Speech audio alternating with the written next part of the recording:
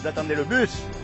Non, non, j'ai des gens qui arrivent dans 2 minutes. Vous avez lu mon papier? Ouais, alors, qu'est-ce que vous en pensez? Ça m'intéresse pas, merci, c'est gentil. D'accord, ok. Ben, écoutez, au moins, vous avez pris le temps de lire. Non, je l'ai lu. C'est gentil, merci. Tenez, un petit peu de littérature en entendant le bus, c'est pour connaître votre avenir. D'accord. Parce qu'un jour ou l'autre, vous et moi, on va mourir. Ben oui, hein. Et après, est-ce que vous y avez déjà pensé? Qu'est-ce qui va se passer? Je sais pas.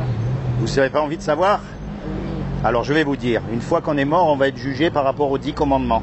Vous connaissez les 10 commandements? C'est très simple. Est-ce que vous avez déjà menti? Ben si, tout le monde ment. Attention, je ne vous juge pas, j'ai menti aussi. Hein. Comment on appelle quelqu'un qui a menti? Menteur. Est-ce que vous avez déjà volé quelque chose? Non, voler, non. Attendez, vous venez d'admettre que vous avez menti et vous croyez que je vais vous croire? On a tous volé des petits trucs. Ah, et quand c'est un gamin, oui. Eh ben, c'est volé quand même. Ah, ouais. Est-ce que vous avez mis Dieu en premier dans votre cœur chaque jour de la vie? Non? Vous voyez, le jour où on meurt, on va être jugé par rapport à cette loi-là. Et si on est honnête, vous serez coupable ou innocent? Ouh, monsieur, ça, c'est différent. Vous serez coupable puisque vous avez cassé la loi. On est d'accord? Et si vous êtes coupable, vous irez au paradis ou en enfer? Et ça, vous voulez pas y aller? Non. Moi non plus. Maintenant, vous savez quoi?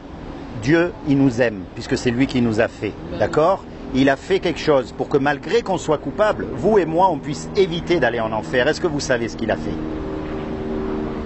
Il y a 2000 ans, Dieu est descendu sur terre sous une forme humaine. C'est Jésus. Ouais. Et il est mort à votre place, à ma place sur la croix. Lui qui n'a jamais péché, il a pris votre péché, mon péché sur la croix. Et il a dit, quiconque s'approprie ce que j'ai fait sur la croix, il sera sauvé. D'accord? Vous avez une Bible à la maison? Oui. Alors lisez votre Bible, mettez-la en pratique, parlez à Dieu avec vos mots, avec vos questions, avec vos doutes, n'hésitez pas à lui parler. D'accord? C'est comme si on fait une grosse bêtise. On va dire on va attaquer une banque. On se fait attraper et le juge il dit voilà, comment c'est votre prénom? Élie. Élie et Laurent, vous êtes coupables, vous devez payer 1 million d'euros sinon vous allez en prison. On n'a pas les sous, il va nous envoyer en prison.